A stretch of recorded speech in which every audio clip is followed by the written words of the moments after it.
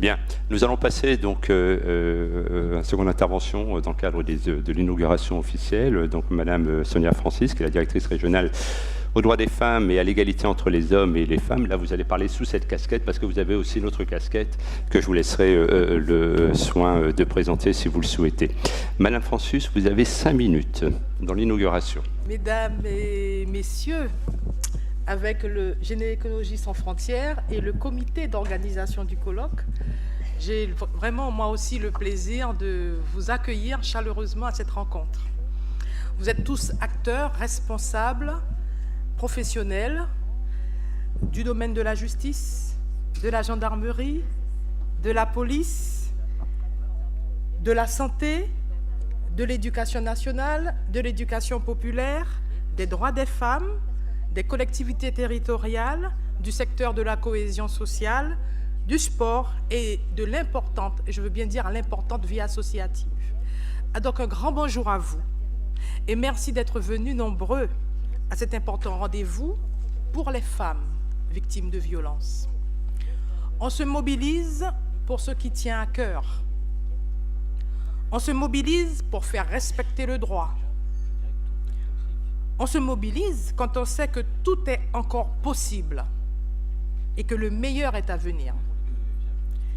Si nous nous mobilisons aujourd'hui, jeudi et demain, c'est parce que sans ignorer les aspérités du chemin déjà bien tracé, nous sommes persuadés que l'action collective contre les violences faites aux femmes finira bien un jour par avoir raison des mots qui aujourd'hui encore entravent et malheureusement abrègent la vie de nombreuses femmes.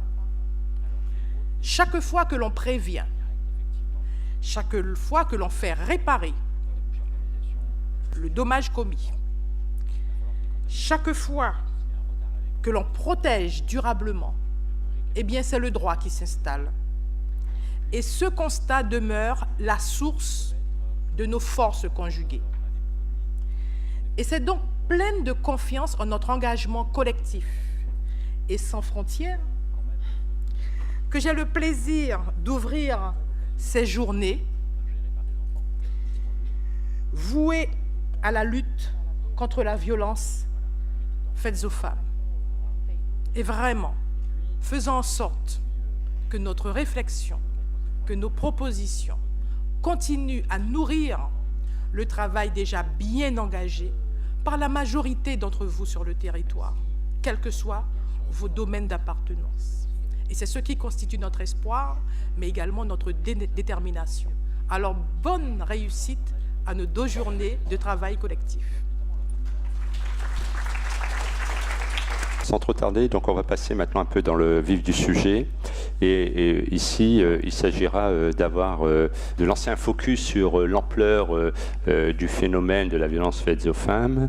Si ma mémoire ne fait pas défaut, il y aura une approche aussi bien nationale qu'une approche locale. Et présentation qui est faite par Madame Jean-François Guilaine, qui est donc chargée de communication auprès de la DJSCS, si c'est bien cela. Bonjour à tous. Donc, je vais vous faire un rapide rappel des données que nous ont fournies l'INSEE. Ils auraient voulu être là, mais ils n'ont pas pu être avec nous. Donc, nous les remercions pour ce diaporama qu'ils nous ont transmis. Alors, quelques données sur les femmes en Guyane. Donc, une approche locale. Donc, situation économique des femmes de Guyane. Alors, il y a autant de femmes que d'hommes. 122 400 femmes vivent en Guyane en 2013. Donc, elles sont légèrement plus nombreuses que les hommes. Et là, vous avez les données au niveau de la CACL et la CCOG, 52% et 48% à la dans le secteur de la CCOG. Alors, la moitié des femmes ont moins de 25 ans, 7% ont plus de 60 ans et une femme sur 3 est de nationalité étrangère. Alors, concernant leur situation familiale, donc les mères sont souvent jeunes et de familles nombreuses. 4,4 enfants en moyenne par femme. Donc, un ménage sur 4 est une famille monoparentale. Et 8 fois sur 10, la personne de référence est la femme au sein de la famille monoparentale.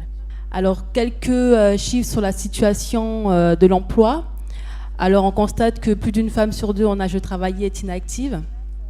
Donc, sur la première courbe, vous pouvez voir sur les femmes, 42% d'entre elles sont inactives, 10% au chômage et 28% en emploi. Et quel que soit l'âge des femmes, ce sont elles les plus touchées par rapport aux hommes. Donc là, vous avez sur la courbe les 12-24 ans, 24-49 ans, 50 et plus, et l'ensemble. Et à chaque fois, les femmes sont moins nombreuses sur le marché de l'emploi. Alors, les femmes sont également sous-représentées au sein des métiers de cadre et personnes exerçant une profession intellectuelle supérieure. Les femmes sont surreprésentées au sein des employés et des professions intermédiaires. Je vous remercie. De toute façon, toutes ces données que je viens de vous citer seront à nouveau réutilisées par les autres intervenants. Et je laisse la parole à M. Reski.